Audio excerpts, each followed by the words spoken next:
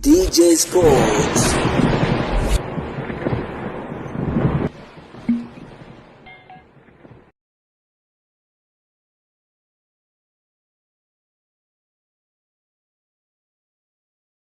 Soka ya Simba imewasilisha majina ya wachezaji ambao imewasajili katika majira haya ya kiangazi. Sambamba na hilo, tunafahamu ya kwamba dirisha kubwa la usajili leo hii linafungwa rasmi, na hivyo tumeweza kuona vilabu mbalimbali vikiwa bize kuwasilisha majina ya wachezaji ambao wameweza kuwasajili katika majira haya ya kiangazi. Sambamba na hilo, klabu ya wekundu wa Msimbazi Simba nayo imeweza kuwasilisha majina ya wachezaji wake takribani watatu kama si wanne ambao wamewasainisha hivi karibuni. Sambamba na hilo, moja kati ya taarifa kubwa ambayo inaendelea kupamba kasi, ambapo leo Simba wamewasilisha majina ya wachezaji hao, lakini kuna wachezaji watatambulishwa kesho mpaka kesho kutwa, kulingana na hao wachezaji watapokuja kuwasili na kufanya kupiga picha za posters kunako klabu ya wekundu wa Msimbazi Simba. Tumeweza kuona mengi ambayo yalikuwa yakiendelea, lakini Simba Sports Club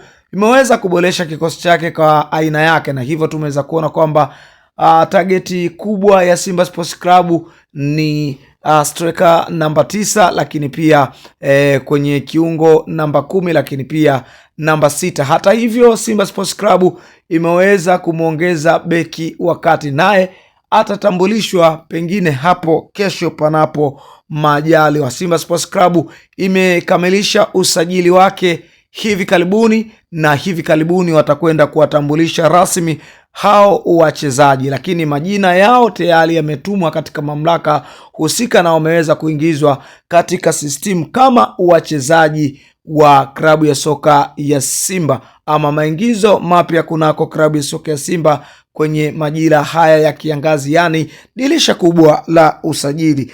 Bila shaka hii ni moja kati ya taarifa kubwa kabisa, ikiwa inaendelea kupamba kasi katika kona na engo mbalimbali za kimichezo na burudani. Mtazamo wako ni upi? Usisahau kugusa neno subscribe kwa ajili ya kupata habari nyingi zaidi, nami nitakusogezea update zote ndani na nje ya mipaka ya Tanzania. Ila tu usisahau kugusa neno subscribe na kushare taarifa hii kwa mashabiki mbalimbali wa soka hapa Tanzania.